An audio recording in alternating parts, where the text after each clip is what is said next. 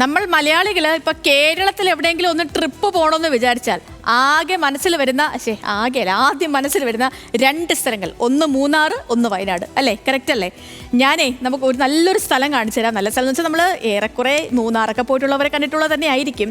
Idukki jeep സവാരിക്കും അതുപോലെ തന്നെ off road നിരോധനം ഏർപ്പെടുത്തിയ ജില്ലാ ഭരണകൂടത്തിന്റെ നടപടിക്കുമൊക്കെ എതിരെ വ്യാപക പ്രതിഷേധം നടക്കുന്നുണ്ട്. ടൂറിസം മേഖലയിൽ ഉൾപ്പെടെയുള്ള മുഴുവൻ ജീപ്പ് സഫാരികൾക്കും നിരോധനം ഏർപ്പെടുത്തിയിരിക്കുകയാണ്.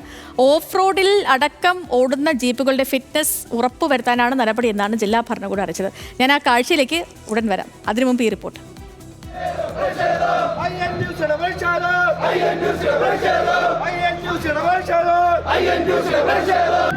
ഇടുക്കിയിലെ ജീപ്പ് സഫാരി നിരോധിച്ച ജില്ലാ കളക്ടറുടെ നടപടി ടൂറിസം മേഖലയെ തകർക്കുമെന്നാരോപിച്ച് ജില്ലയുടെ വിവിധ മേഖലകളിൽ വലിയ പ്രതിഷേധമാണ് ഉയർന്നത്. മൂന്നാർ, ആനച്ചാൽ പാത, മാങ്കുളം, കുമിളി, നെടുംകണ്ടം, വാഗമൺ തുടങ്ങിയ വിവിധയിടങ്ങളിലാണ് പ്രതിഷേധം ഉയർന്നത്.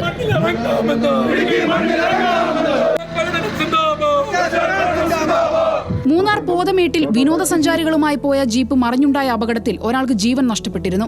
ഇത്തരത്തിൽ അപകടങ്ങൾ പതിവാകുന്ന സാഹചര്യത്തിൽ യാത്രകൾ ഏകീകരിക്കുന്നതിന്റെ ഭാഗമായാണ് നിരോധനം ഏർപ്പെടുത്തിയത്. മൂന്നാർ, മറയൂർ, ചതുരംഗപ്പാറ, തേക്കടി, വാഗമൺ, രാമക്കൽമേട്, വണ്ടിപ്പെരിയാർ, ഏലപ്പാറ, കുട്ടിക്കാനം തുടങ്ങി വിവിധ മേഖലകളിൽ വിനോദസഞ്ചാരികൾക്കായി ജീപ്പ് സഫാരികൾ നടത്തുന്നുണ്ട്. മുന്നറിയിപ്പില്ലാതെ പെട്ടെന്ന് ഏർപ്പെടുത്തിയ നിരോധനം വൻ പ്രതിസന്ധിയാണ് ഉണ്ടാക്കിയതെന്ന് ജീപ്പ് ഉടമകളും തൊഴിലാളികളും പറയുന്നു.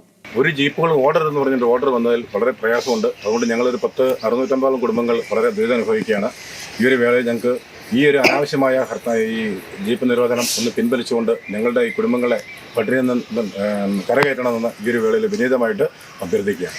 വിവിധ മേഖലകളിൽ സബ് കളക്ടറുടെ മേൽനോട്ടത്തിൽ പരിശോധനകൾ വരും ദിവസങ്ങളിൽ നടത്തും.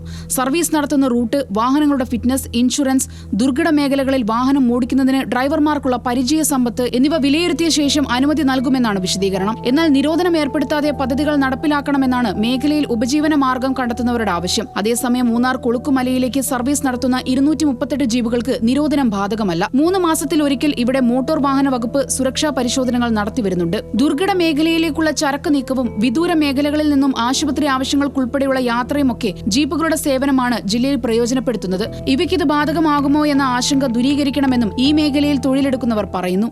പെട്ടെന്ന് ഈ ഓഫ് റോഡ് പോരുത്, ജീപ്പ് സവാരി ആളിനെ കയറ്റി അങ്ങോട്ട് ഓഫ് റോഡ് എന്ന് പറഞ്ഞാൽ പോലും കുഴപ്പമില്ലായിരുന്നു. ജീപ്പ് സവാരി എന്ന് കൂടെ പറഞ്ഞു കഴിയുമ്പോഴത്തേനും മൊത്തത്തിലൊരു ടൂറിസവുമായിട്ട് ബന്ധപ്പെട്ട് നമ്മൾ ജീവിക്കുന്ന ആൾക്കാരാണ്. ഒരു പെട്ടെന്നൊരു സ്തംഭനമായിപ്പോയി.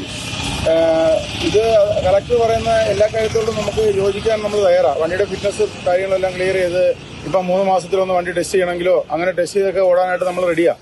പെട്ടെന്നൊരു സുപ്രഭാതത്തിൽ ഇങ്ങനെ നടത്തിയപ്പോഴത്തേക്ക് ഞങ്ങൾ ഒരു 500ഓളം ഡ്രൈവർമാർ ഈ ടൂറിസവുമായിട്ട് ബന്ധപ്പെട്ട് തന്നെ ജീവിക്കുന്ന ആൾക്കാരാണ്. പെട്ടെന്ന് ഈ ഒരു കളക്ടറിന്റെ പ്രഖ്യാപനം ഞങ്ങളെ ജീവിതത്തെ ഭയങ്കരമായിട്ട് ബാധിച്ചിരിക്കുകയാണ്. പെട്ടെന്നുള്ള നിരോധനം ആയിരക്കണക്കിന് ആളുകളുടെ ഉപജീവന മാർഗത്തെ ബാധിക്കുമോ എന്ന ആശങ്കയാണുള്ളത്. ഉത്തരവിൽ വ്യക്തത വരുത്തണമെന്നും കാലാവധി നിശ്ചയിക്കണമെന്നുമാണ് ജീപ്പ് ഉടമകളുടെയും തൊഴിലാളികളുടെയും ആവശ്യം.